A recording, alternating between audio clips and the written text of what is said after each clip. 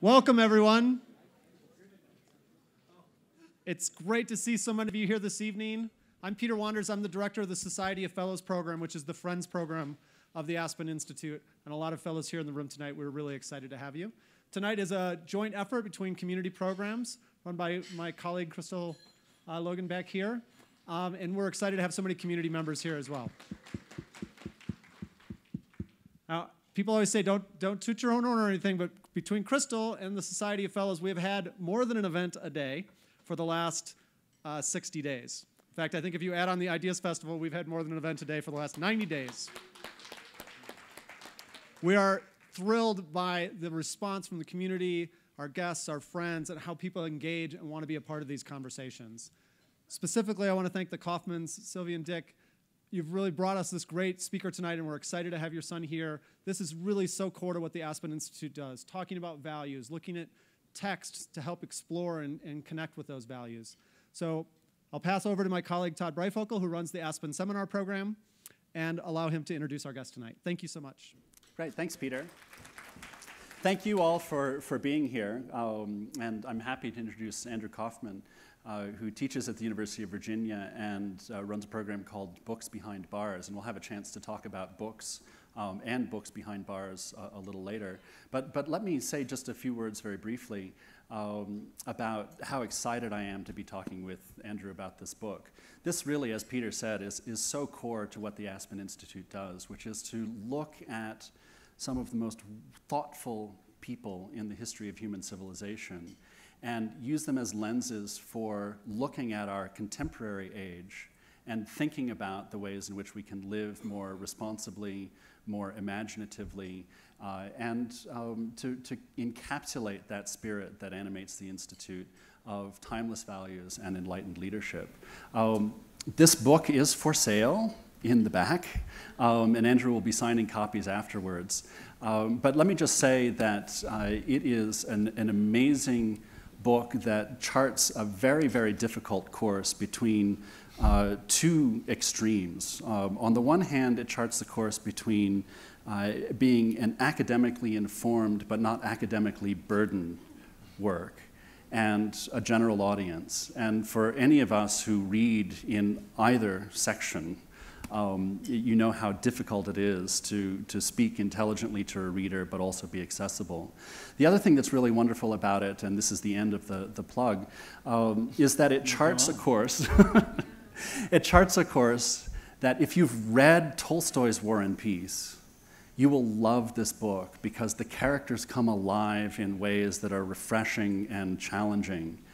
But if you haven't read Tolstoy's War and Peace, you don't need to have read Tolstoy's War and Peace to appreciate what he does with the characters, which is to say that he talks about the novel without being a spoiler. So when he says give War and Peace a chance, he really means it. So if you've read Tolstoy's War and Peace, it's time to reread it after reading Andrew's book.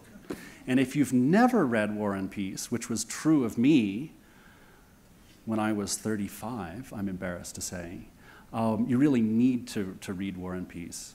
And you need to read Andy's book. So anyway, Andy, thank you for being here. As I said when we were talking upstairs a little earlier, this is a really wonderful book, and we can get into some of the generic considerations. But I wonder if you could just talk about your love affair with Tolstoy. You've lived with him. Your wife has lived with him for a couple of decades. How did you get started on this kind of bizarre journey?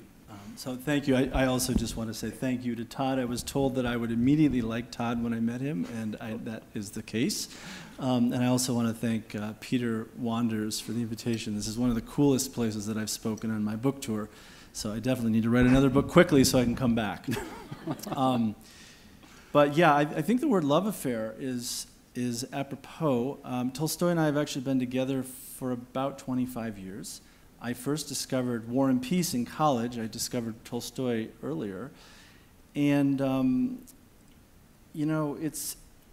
I've had, I guess, what you would call a relationship with Tolstoy. It's been a long relationship. It's been an intense relationship. So much of my own personal journey and my discoveries over, the course of 25 years have been informed in various ways and shaped by him, by his worldview, which is kind of ironic because I'm a nice Jewish boy who grew up in Michigan.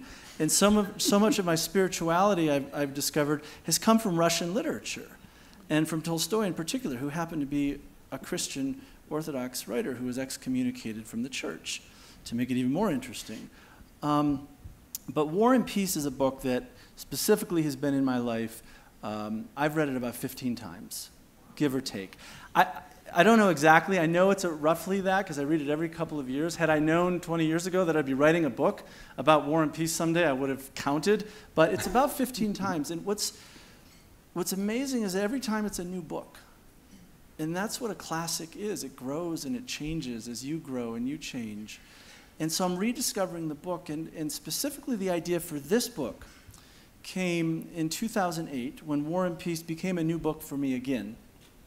When, and I'm just going to be very general, when my family and I were going through something of a financial crisis. Now, thank God the crisis is over, and for the details, you're going to have to read the book. But suffice it to say, it was a big enough moment in my life that it felt as if the bottom had dropped out from underneath me. Some of my most basic assumptions about the world, about who I was, my place in the world, were challenged. And I was rereading War and Peace at the time, and it struck me that this is a book about a society going through a time of crisis. This is a book that takes place during Napoleon's wars with Russia in the early 1800s and ultimately describes Napoleon's failed invasion of Russia in 1812. But fundamentally, this is a book about people whose lives are being turned upside down by the forces of war and change and social change and spiritual confusion. And characters are trying to grapple with this question: how do I find fulfillment and even happiness in such times? Well, that was a very personal question to me back in 2008, as it was for many of us. Still is a question, I think, for many of us. And War and Peace, I realized, is the classic for our time. And I realized I had to write a book. I had written another book about Tolstoy. I was actually just finishing my previous book about Tolstoy. I had no intention of writing another book until I made that discovery. And that was the lens through which War and Peace, I saw War and Peace in a whole new light. Mm-hmm. And just to give you all a sense, if you haven't read the book, which you should, of how it's structured, Andrew talks about plans, imagination, rupture, success, idealism, happiness, love, family, courage. And these are all contemporary issues: death, perseverance, truth.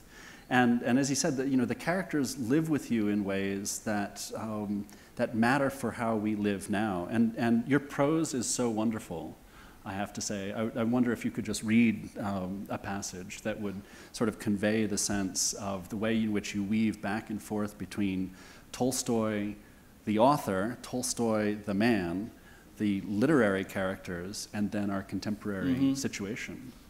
Thank you. I need to put you on my publicity team. You're doing a very... I'm not on commission. No, he's not, but he should be on Simon. You should be on Simon & Schuster's payroll. You and my mom. So I'd like to read a little passage from one of the later chapters in the book called Perseverance. And let me just set the stage by saying something that not every English-speaking reader knows, which is that in Russian, the word for peace, in the title War and Peace, the word is mir. It also means world, cosmos. So when a Russian is hearing the title War and Peace, they're also subconsciously hearing war and the world. It's pretty interesting. A lot of different ways to interpret that, but the way that I interpret that is that I think one of the core ideas in this book that Tolstoy is offering us is that life is about struggle. There are wonderful moments of bliss and happiness and joy, absolutely, and Tolstoy captured those as brilliantly as any writer ever has, but he also recognizes that life is fundamentally about struggle. It's about movement and change. And if we are to find our happiness or our contentment, we're not going to find it out in some utopian realm. We're not going to find it in some fantasy of glory or conquest. We're only going to find it right down here in this imperfect world that we live in. And so one of the characters who discovers that lesson in a very powerful way is my favorite character in the novel, Pierre Bezukhov, who has been through a long journey. He's tried on many different hats. He's a young guy. He's 20 when the novel opens. He marries, he inherits the largest fortune in Russia. He ends up being seduced into a disastrous marriage with a fortune hunter, ends up divorcing her. He becomes a Freemason.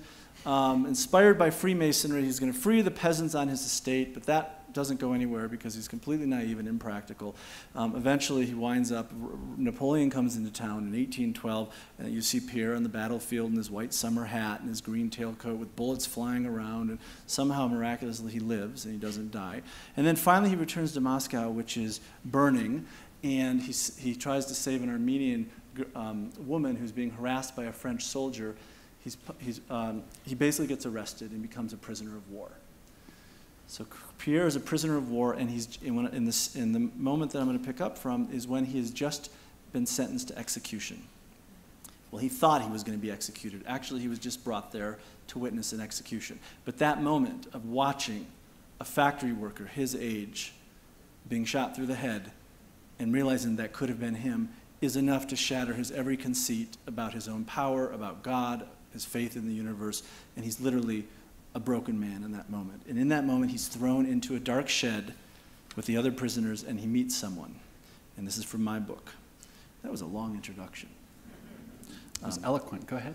The man sitting next to Pierre is Platon Karatayev, an old peasant who has ended up in French captivity while serving a mandatory 25-year service in the Russian Imperial Army as punishment for having once trespassed on a neighbor's property.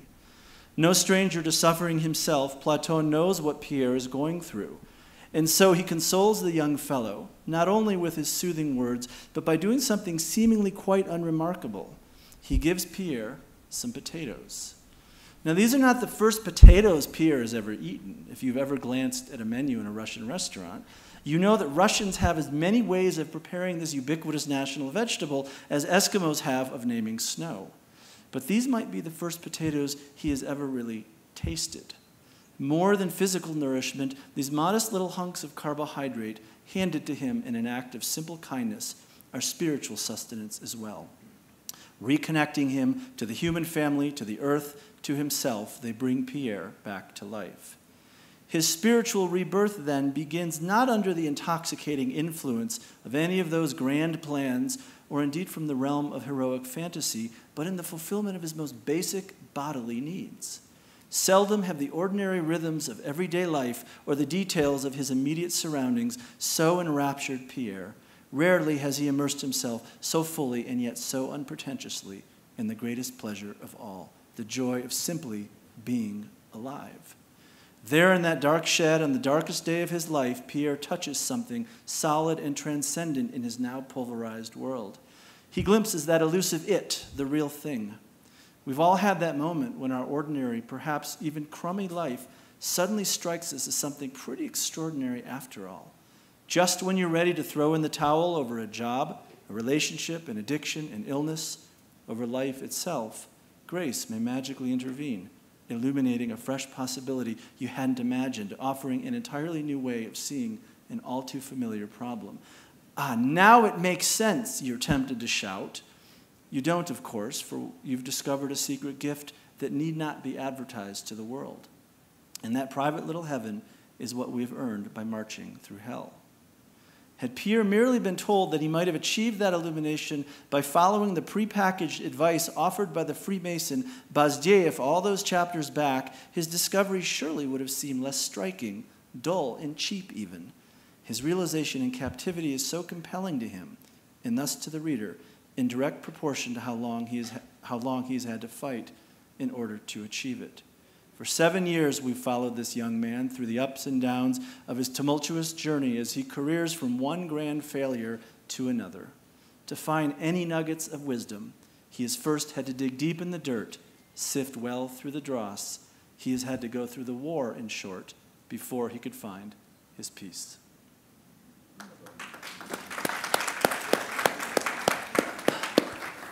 You see why I'm excited about this book.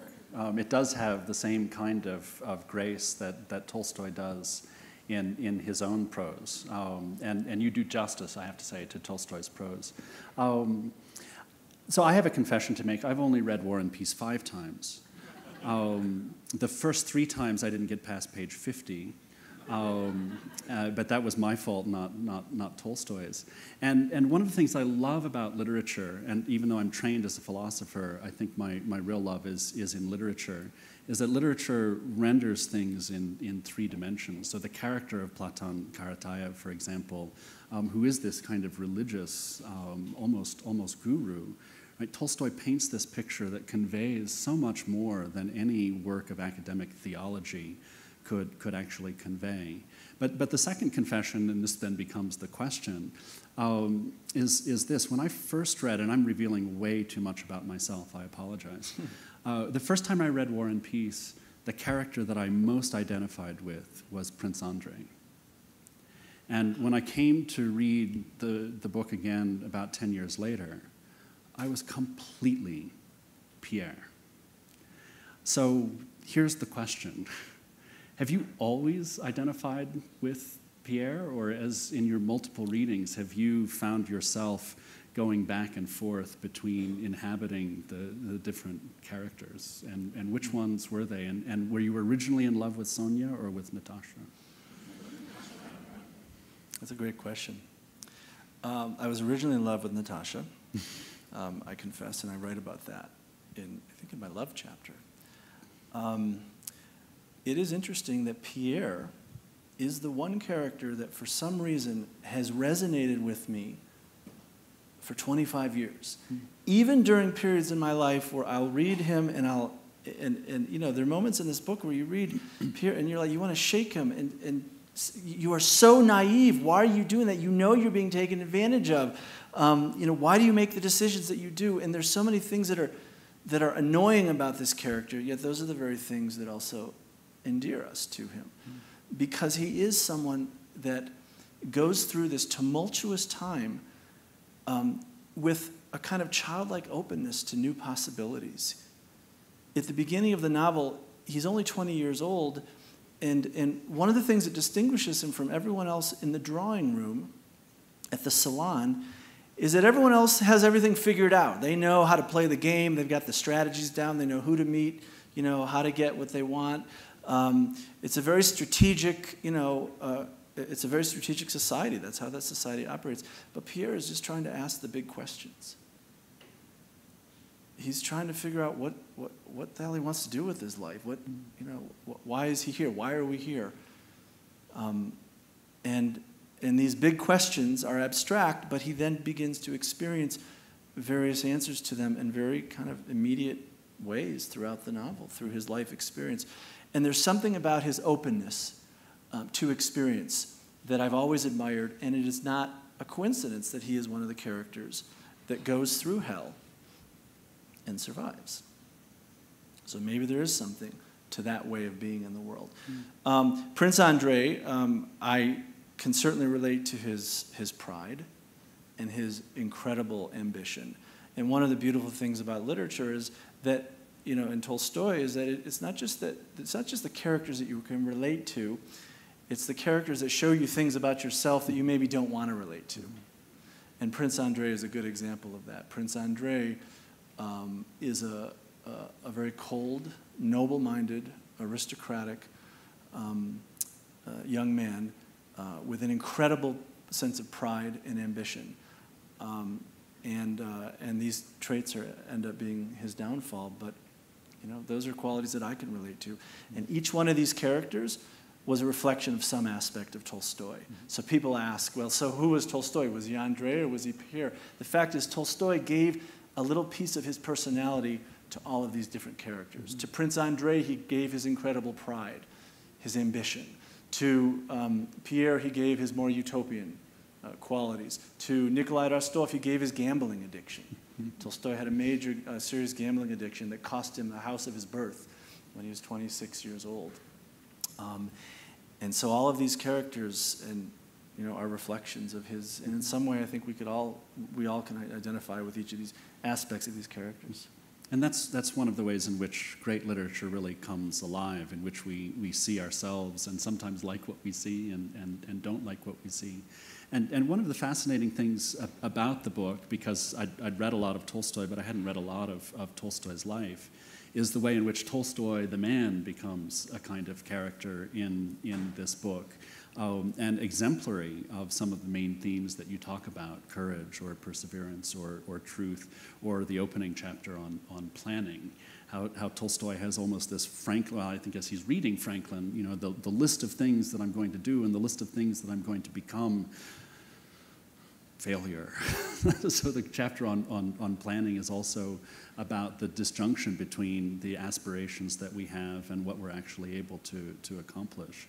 But maybe you could say a little bit more about how you learned not only about Tolstoy and his life, but also your current relationship with Tolstoy's descendants, which again echo in different parts of the book in really wonderful ways, I think.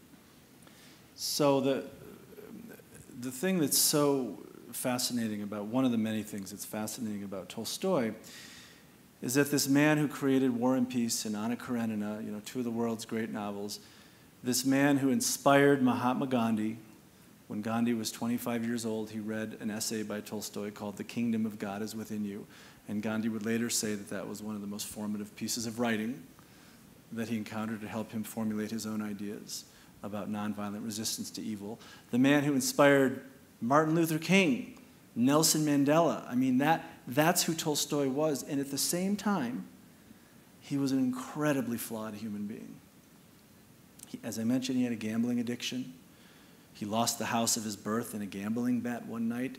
6,000 rubles, didn't have enough to pay it off. So he sent a letter home asking, what do we have that's worth 6,000 rubles, which is almost $500,000 in today's money. And it was the house of his birth, which was literally carted away. He could be wildly impractical. He gave away the copyrights to all of his works in 1891, and his wife was furious. She said, "How can you do this? This is insane. This is money that our children rely on. You're a husband. You're a father. You're not just a spiritual leader. You have a family to support." To this day, that decision is still debated within the Tolstoy family. I was at Yasnaya Polyana, Tolstoy's estate in Russia, a couple of summers ago giving a talk, and in the audience were Tolstoy's great-great-grandson and his great-great-great-grandson, because it was at their estate, and the great-great-grandson runs Yasnaya Polyana.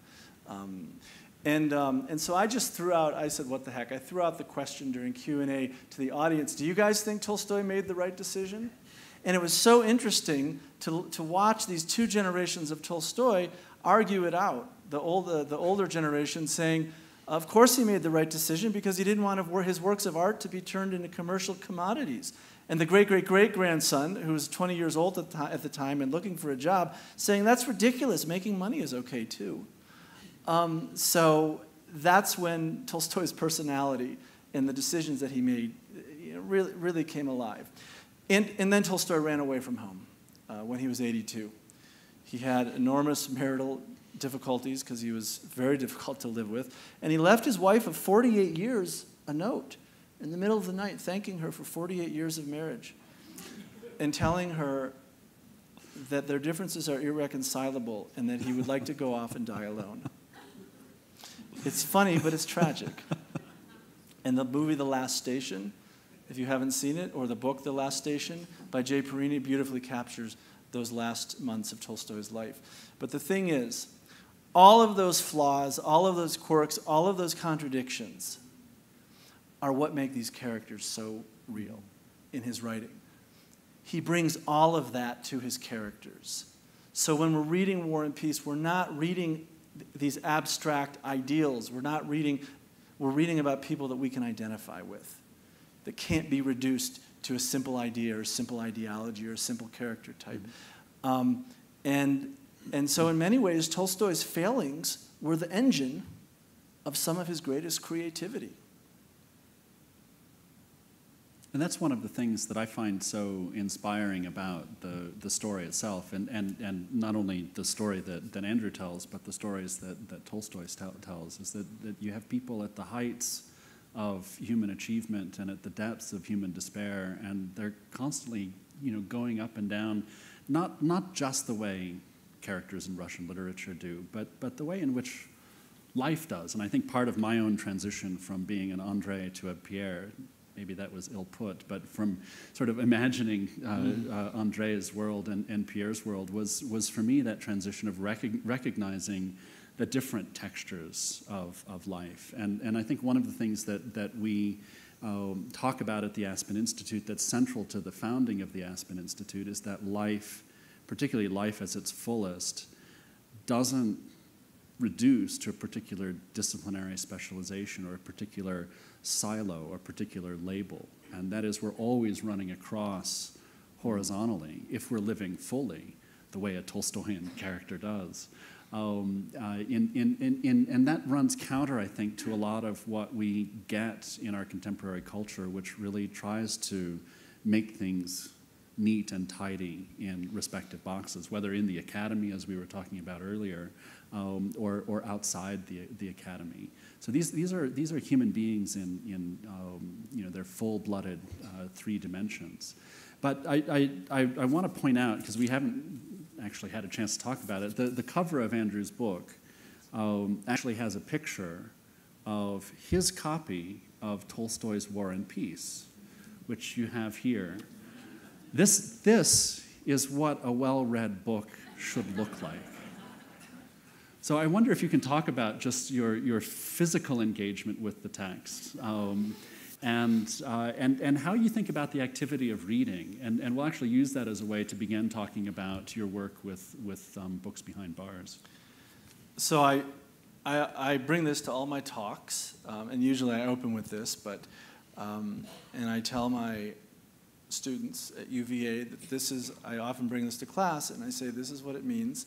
This is what it looks like to read the hell out of a book, to really engage a book, to have a relationship with a book, to struggle with a book, live, debate a book, and not just treat a book as sort of an artifact or an object that you keep your distance from and you think about, more purely objectively. This idea of having a relationship with literature has always been central to my thinking about literature and how I teach. And it sort of has to do with my own journey. I have anything but a traditional academic's journey. I mean, after I did my PhD, I left academia for 5 years and became an actor. I was an actor with a PhD in Slavic languages and literatures. That was my greatest claim to fame, I think. That was the most, but at that time. So, and then I came back into academia, but those experiences doing things like that really helped me to realize that in order to engage literature, great literature, and understand it at the deepest level, I think you need to be engaging life, which is not something I've always come easily to me. These are things that I had to work at. But I tell my graduate students in my Tolstoy class sometimes that, in order to really understand Tolstoy, you maybe spend about 50% of your time in the library, and then the other 50% of your time living, consciously, trying new things, exploring new possibilities. And so this has been sort of the philosophy that underlies my teaching of literature.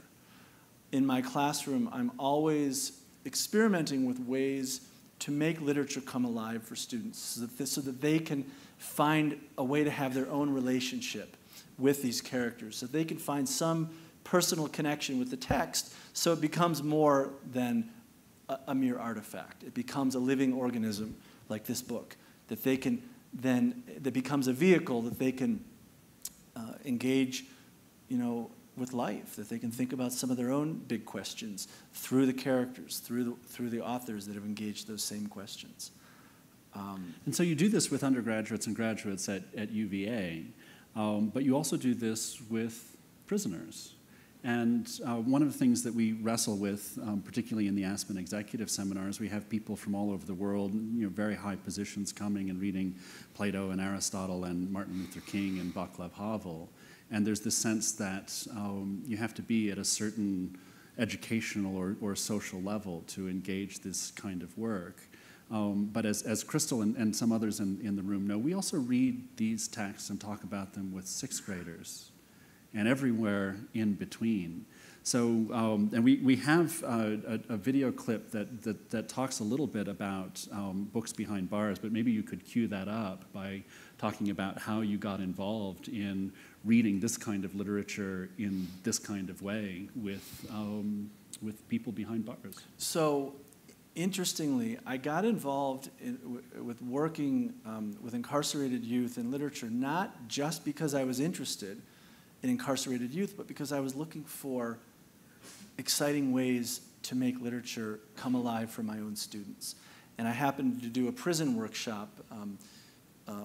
In 2009, I was invited to do a workshop in a prison, in an adult prison as part of a program, and it was such a powerful learning experience for me as a teacher that this story that we read, we were reading The Death of Ivan Ilyich by Tolstoy, and it came alive for me in ways that it had never come alive before because I was having conversations about it with people who come from very different worlds.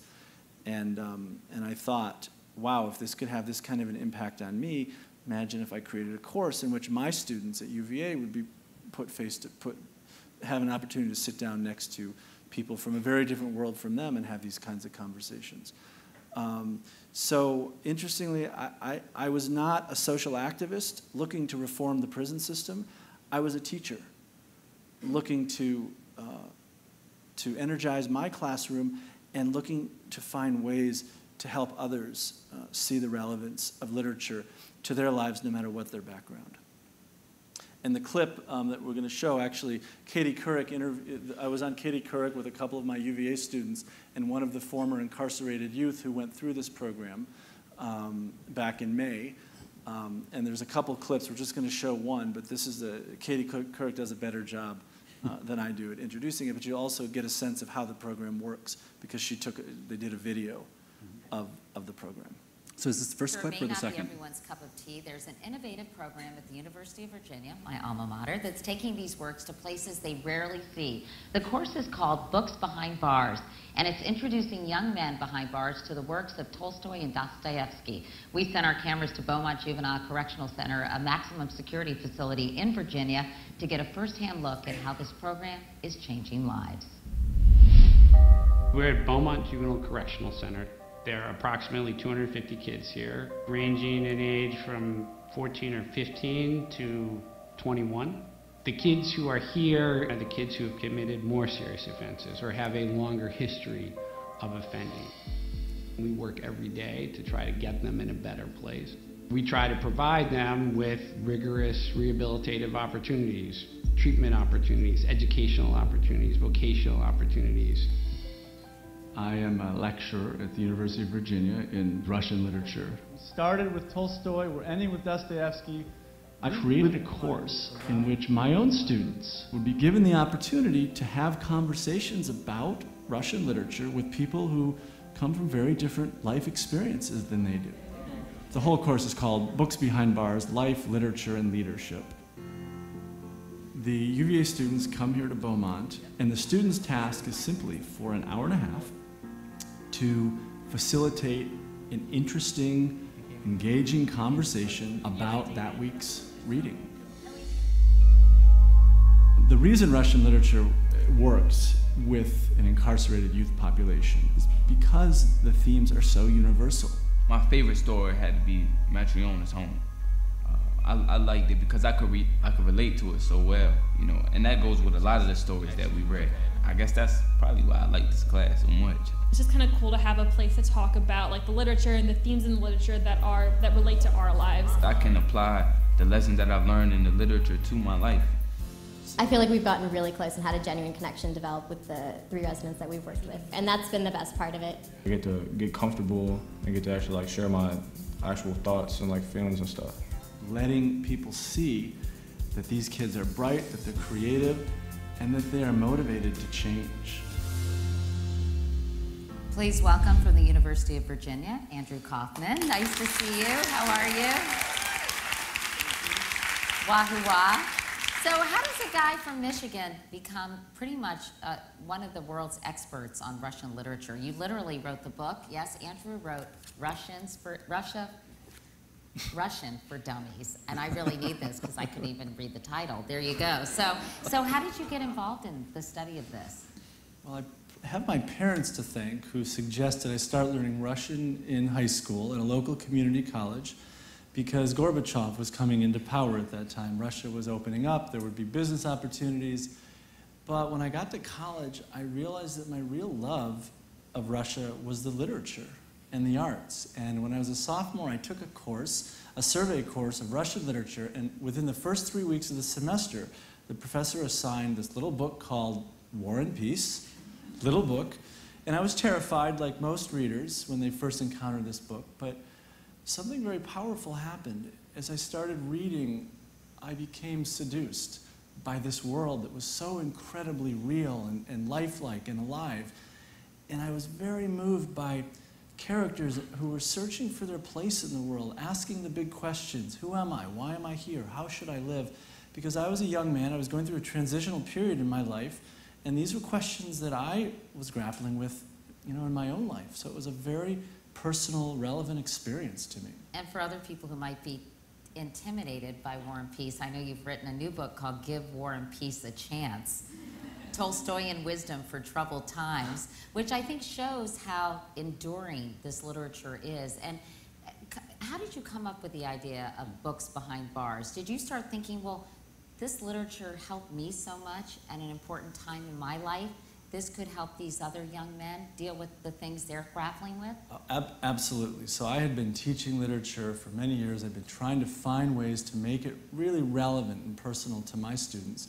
But the real moment came in 2009 when I was invited to teach a workshop in an adult prison. I'd never been to a prison before. I was asked to teach a workshop about a short story by Tolstoy called The Death of Ivan Ilyich, which is about a middle-aged guy who contracts a fatal illness and has to come to terms with how he's lived his life. And my task was simply to teach a class about this story. And I remember the moment when I walked into that prison classroom, and I was dressed even more formally than I am today. My apologies, I've become less formal over the years. You look very nice. And I'm dressed in my suit and my penny loafers, and I walk into this room, and there are 15 pairs of male eyes staring at me from above identical orange jumpsuits. And this is my classroom. And I realized that whatever I had planned, my lecture, it wasn't going to work. So I simply tossed the notes aside, and I asked a very simple question. I said, what did reading this story mean to you? And that simple question led to one of the most powerful teaching experiences of my life, where these men opened up and shared their own life stories. Conversations about Russian literature became conversations about real life. But the thing that happened that was most significant is how I came away from that experience with a totally new understanding of this story that I thought I knew. So obviously they're teaching you as well, and you're also teaching students, because this has become a very popular course among students at UVA. Two of them, Kamala Ganesh and Jackie Sapola, are here today. And Kamala, I know you're a junior majoring in biology, minoring in astronomy. Mm-hmm. What has being involved in this course done for you? It's done a lot for me. I think that I didn't come in with a lot of, I would say, preconceptions really, but it has any subconscious stereotypes I had were completely broken down by working with these students in this course. For instance, I think I had some subconscious preconceptions about kids involved in gang activity, that they might be hard, that they might be hard to reach, and not as emotionally open, and this was not true at all. I think our students were completely emotionally vulnerable with us, and so that required us to be as well. And what about you, Jackie? So I'm a foreign affairs and history major. I'm a fourth year at the university, and I had the opportunity to intern for a defense attorney over the summer, and it kind of gave me an introductory knowledge to the judicial system and to the legal system. And I had walked into the regional adult prison there, and I kind of saw what was going on, and then one day I just kind of checked my email, and there was a class, an email about this course, and I was like, wow, books behind bars. So I didn't even... You get the gist. I think we lost it. Yeah. Sorry. That's amazing. By the way, we don't have time, but there's another clip on my website. When we come back after the break, there's actually an incarcerated youth who had been through the program who is now in college, in community college, and so Katie interviews him with me as well, if you're interested in. But yeah. So Andrew and I could talk for the rest of the weekend, because there are just so many things that we have in common. But we want to make sure that we get some comments, questions from you all. So we can talk about books behind bars. We can talk about the novel War and Peace. We can talk about Tolstoy. We can talk about the ways in which literature brings us out of ourselves and allows us to be more ourselves. What do you want to talk about? And there are microphones around, and it's hard for us up here to see. So maybe in the back there, and then right to the left, but back first. If we can get 2 microphones in, then we lose less time. Thanks. Tell me, I'm curious about, well, I've always loved Tolstoy, perhaps not with the great range that you have, but I've read a bit of Tolstoy and Dostoevsky, of course. In Solzhenitsyn, Alexander Solzhenitsyn, one of my favorite writers, Russian writers. I'll ask, I know Dostoevsky too had his life threatened, was taken to a prison, set up for execution. They dismissed it. Radical change in his life, a very moving change, as you commented, to Tolstoy.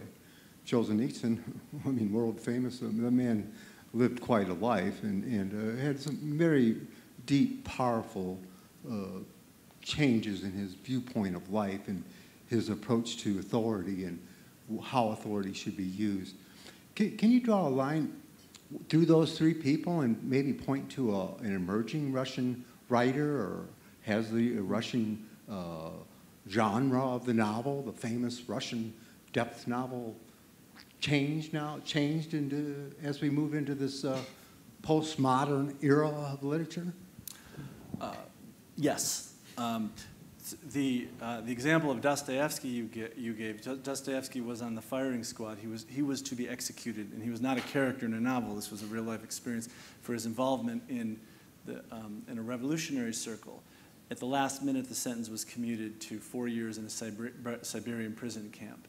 And this was absolutely formative in his life, as was Solzhenitsyn's 8 years in the Gulag was formative to his own experience and his own artistry. Both of which we read in books behind bars. And not because we read prison literature written by these 2 writers, but simply because their life experiences are things that these incarcerated youth can relate to in a way that my UVA students cannot. So, you know, in terms of Tolstoy and Dostoevsky, it is often said that they are the sun and the moon of 19th century Russian literature. They are the 2 great novelists of Russian literature. There's an open secret that you either like Tolstoy or you like Dostoevsky, but you don't like both. And I'm someone now that does like both. But the idea behind that open secret is that these 2 writers, even though they lived at the same time, dealt with the same set of social and existential problems, published in the same, War and Peace in 1866 came out at the very same time that Crime and Punishment was coming out in the Russian Herald. So if you were a subscriber to the Russian Herald in 1866, you would have been reading these 2 novels by Tolstoy and Dostoevsky side by side. You're getting your money's worth in that, in that scenario. But the reason that they're often put together and then pulled apart is because even in spite of their similarities, they have such fundamentally different worldviews. Tolstoy has a fundamentally optimistic view about the possibility of human life. Tolstoy once said that, quote, "Man is flowing. In him there are all possibilities. He was stupid, now he is clever. He was evil, now he is good, and the other way around. And this is the greatness of man." Whereas I think for Dostoevsky, good and evil are constantly in conflict. That there's no reconciliation between the 2, which is why the experience of reading Dostoevsky's novels can be so frenzied and so claustrophobic, because he's describing life at the extremes, the crises, the cracks, the explosions of the human soul, the extremes of human experience, where Tolstoy tended to focus on the norms, the continuities, the things that human beings always in the end come back to: family, groundedness. And Solzhenitsyn happened to be influenced by both of these writers. So it's difficult to say that Solzhenitsyn borrowed the Tolstoy strand or the Dostoevskian strand. He was really influenced by both. But the bottom line is any writer in the 20th century who picked up their pen, and today any writer who picks up the pen to write the great Russian novel simply has Tolstoy looming over their shoulder. You cannot write a Russian novel today without War and Peace being somewhere on your mind, either as a provocation or as a challenge or as a model, because this is the great Russian novel. This is the standard bearer of the great Russian novel. And what does contemporary Russian literature look like, particularly post-1989? So I'm not as familiar with, certainly not as familiar as I am with 19th century Russian literature. But nobody has, I'm sometimes asked, has anyone picked up this Tolstoyan mantle? It's a very heavy mantle to pick up. And in today's world, the one person who probably came closest to Tolstoy, and now I'm going to contradict what I said before, is Solzhenitsyn. In the sense that he thought literature should serve a moral purpose, not necessarily moralizing, but that literature should deal with the eternal questions. And that the writer is almost like a second government, which is a phrase that he used. In the 19th century, they used to say there were two czars in Russia, Nicholas II and Leo Tolstoy. And of the two, Tolstoy was the more respected. But this idea that literature should play a formative role in the moral development of humanity is one that is simply out of step with postmodernist culture. It's not fashionable, and it's also not very commercial, which is the name of the game these days in Russia. So and it's telling that Solzhenitsyn was essentially ignored in the last years leading up to his death in 2008. That very vision of literature as part of one's spiritual quest is simply not in the postmodern consciousness, which is a shame. Mm-hmm. And I think that's part of the genius of this Tolstoyan wisdom. To this here, and then if we can move the microphone up to the gentleman in the blue coat here. Hi. Hi. First of all, thanks so much for this lecture and for the book. I'll be driving back, not driving back, I'll be flying back to New York. Now I know the book that I'm going to be reading on my iPad, and I'll be reading the hell out of that iPad. I hope it doesn't look like this. And yeah, I coincidentally I finished reading this essay by Isaiah Berlin called "The Hedgehog and the Fox," which is about Tolstoy, about War and Peace.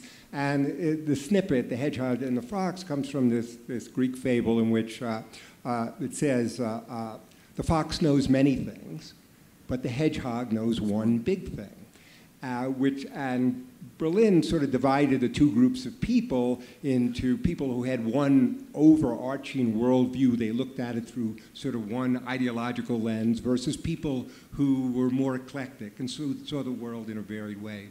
And in it, he says that Tolstoy sort of wanted to be a hedgehog, to know the one big thing, but that he was really a fox, that he really looked on it in all the ways. And I just wonder if you would speak to sort of those ideas.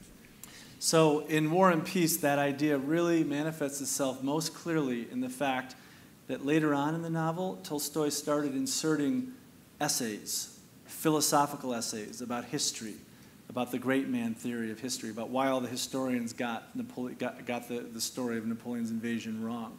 And so in the middle of this artistic work, in the artistic portions of the work, Tolstoy is simply celebrating what he once called life in its countless, inexhaustible manifestations. As an artist, he's simply able to see all the paradoxes and the contradictions and the virtues and the flaws of his characters, which is why they're so alive.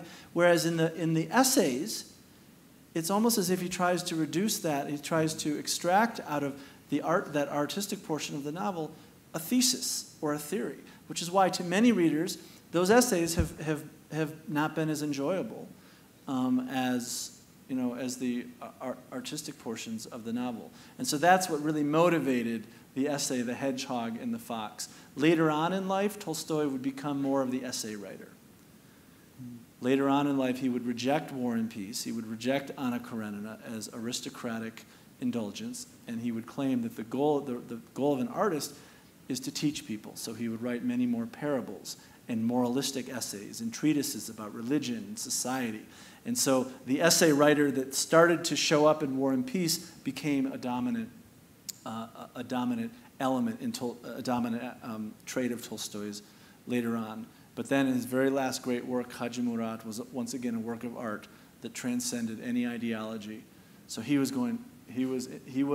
so there is something to Berlin's argument that this was intrinsically a fox, an artist, who had this intellectual desire to see the world through some very clear, rational, intellectual paradigm. Mm-hmm. And these two were in constant conflict. Yeah. Please. I'd probably argue for the brothers Karamazov. But, I'm curious, on the 25 times that you read, how often you read in Russian, and how many subtleties are lost in the translation, right down to the title. And what don't we know by not reading in Russian? So it's a very good question. By the way, 15 times, not 25 times, if we're not 25 times. So certainly, a number of those times I did read it in Russian. Certainly while I was working on this book, any passage that I would write about, I went and made sure I knew what it was in the original. So if there was any translation issue or I thought a word was not quite right, I would correct it. But Tolstoy is one of those writers, and some purists are going to hate me for saying this, but I'm going to say it anyway. He's one of those writers that loses less in translation than other writers. Partly because his goal as an artist, he was using language not to just play with language. He was using language to hone in on something that is utterly recognizable, human, and universal. And so his mastery of the craft allowed him to do that, whereas a lot of postmodernist writing, a lot of modernist writing, is just interested in the play of language itself as a reflection of our unstable consciousness. So Tolstoy loses relatively little. Having said that, some translations are better than others, and the one that this one is, and that I recommend, is the Pavir and Volokhonsky translation. It's a husband and wife pair, and they've translated many Russian novels, and simply because the one thing that they do better than the other translators, they do two things better. One is they don't try to Victorianize Tolstoy. Many of the earlier translators, Constance Garnett, the Mods, try to take Tolstoy's prose, which can sometimes be very bulky and awkward, and smooth it out, make it sound more like a good British writer, which Tolstoy was not. There's something very aggressive and masculine and bold about his writing in this book. And so many of the other translations fail to capture that. I do think Pavir and Volokhonsky do a better job at capturing some of those moments of awkwardness, his repetition of words in a single sentence, his repetition of phrases in a single paragraph. They capture the combination of what I sometimes call awkwardness and elegance that is the hallmark of Tolstoy's prose. But the bottom line is whatever translation is going to get you through the novel is the one that you should read. A couple more questions here, and then Ken. Could you expound a little bit on Christian anarchism? I'm sorry? On Christian anarchism? Christian anarchism. So that is a term that has had many different definitions. Often, so what you're referring to is Tolstoy, later on in his life, became what is sometimes referred to as a Christian anarchist.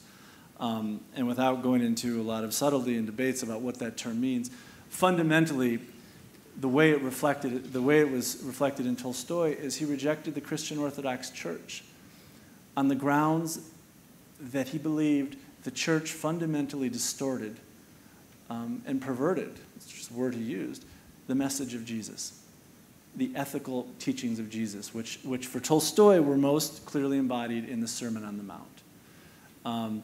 That is what he saw is a church that was so intertwined with power politics, with the state, that this is exactly the opposite of what Jesus preached, he said. And so much of his later writing was making precisely that point. He went so far as to create his own religion.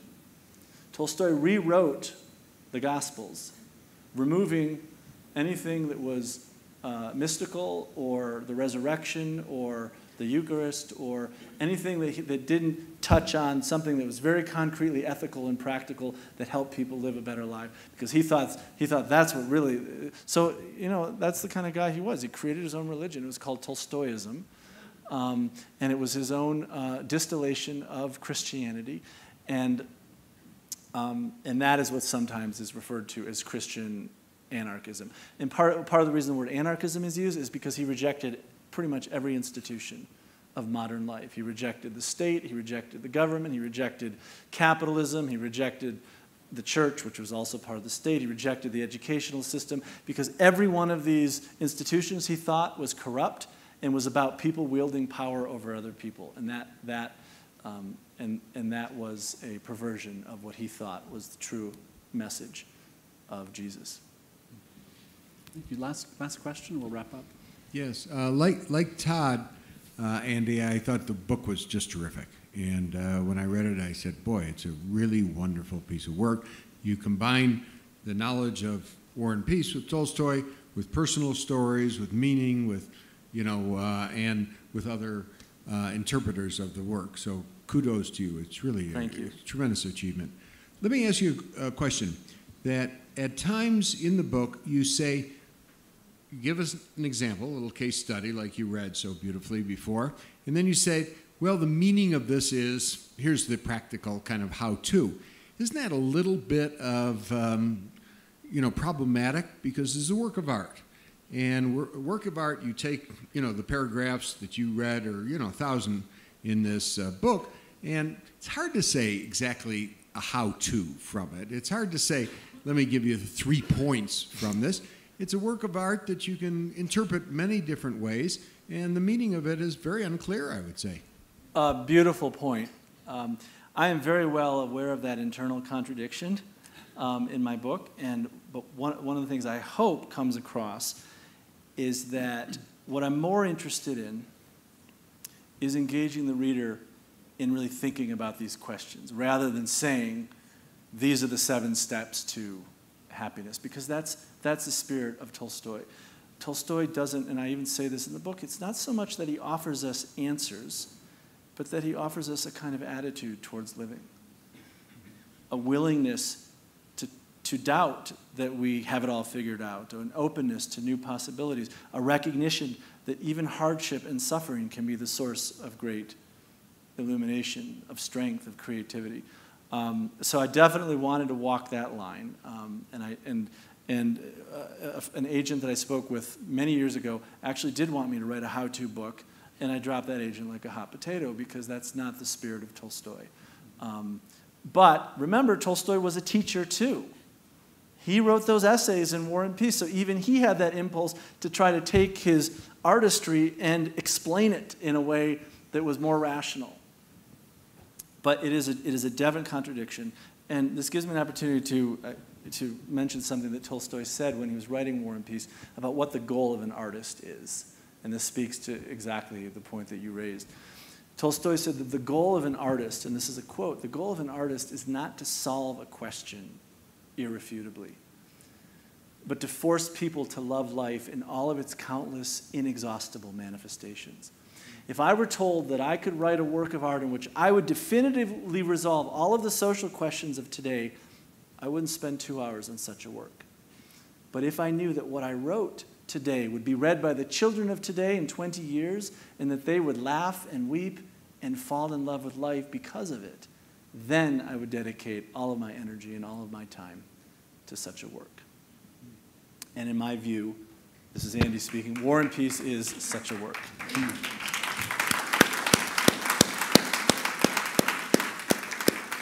That's a beautiful note on which to end. And I think the only thing I would add is to say that Tolstoy also gives us models for conversation. And the Institute holds as central to its work these kinds of conversations in which we come to a greater understanding of, as you put it, the big questions. And so the opening scene of War and Peace is the cocktail party conversation, which is deadly. And then later on, you get the conversations that really get to the heart of what it means to live as a human being and to love as a human being. And I want to thank you. I want to thank you, Andy, for sharing that love, that passion, and that intelligence and grace with us this evening. Thank you, Todd. Thank you. Thank you.